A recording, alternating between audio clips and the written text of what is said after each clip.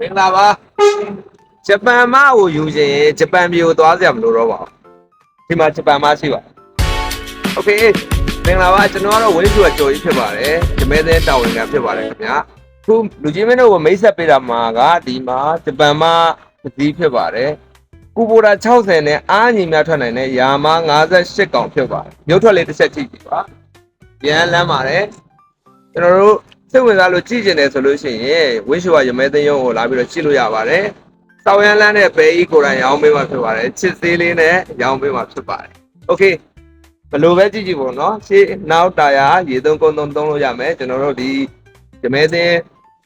တက်ကုန်းပြောပွဲနေတဝိုင်းနဲ့အရန်ကိုအဆင်ပြေတဲ့တာယာတွေတက်ထားပါတယ်။အင်ဂျင်ဂီယာပေါင်း6လတစ်နှစ်အာမကပါပါတယ်ခင်ဗျာ။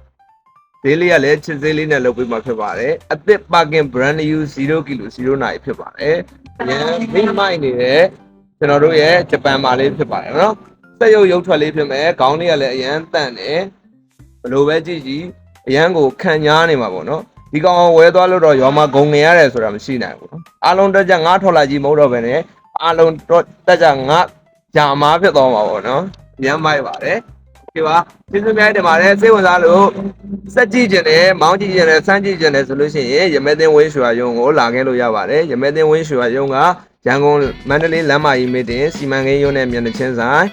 တိုးဂိတ်အနီးနားမှာရှိပါတယ်ကျေးဇူးများတင်ပါတယ်ခင်ဗျ